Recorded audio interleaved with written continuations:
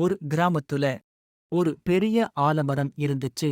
அந்த மரத்துக்கு கன்னிமார் அம்மன் காப்பு இருக்குன்னு எல்லாரும் நம்பினாங்க. தினமும் அந்த மரத்திலே விளக்கேற்றி பூஜை பண்ணுவாங்க. ஆனா ஒரு நாள் சில நகரத்திலிருந்து வந்த வியாபாரிகள் அந்த மரத்திலிருந்து பெரிய கிளைகளை வெட்டி எடுத்துட்டாங்க. அதுக்கப்புறம் அந்த ஊர்ல இருந்த குளம் மெதுவா வத்த ஆரம்பிச்சது. மக்கள் எல்லாரும் தண்ணி இல்லாம் கஷ்டப்பட்டாங்க. அந்த கிராமத்திலே இருந்த ஒரு சின்ன பையன் ஒரு நாள் இரவு தூங்கி கிடந்த போதோ அவன் கனவுல கன்னிமார் அம்மன் வந்தாங்க. அம்மன் சொன்னாங்க, என் காப்பு அந்த மரத்துக்குள்ள இருக்குது. நீ போய் அந்த கிளைகளை மீண்டும் சேர்த்து வை.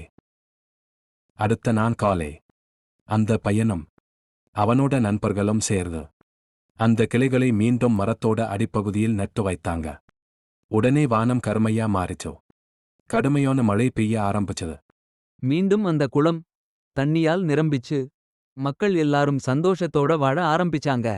அந்த சின்ன பையனால ஒரு முழு கிராமமே மீஞ்சுச்சு.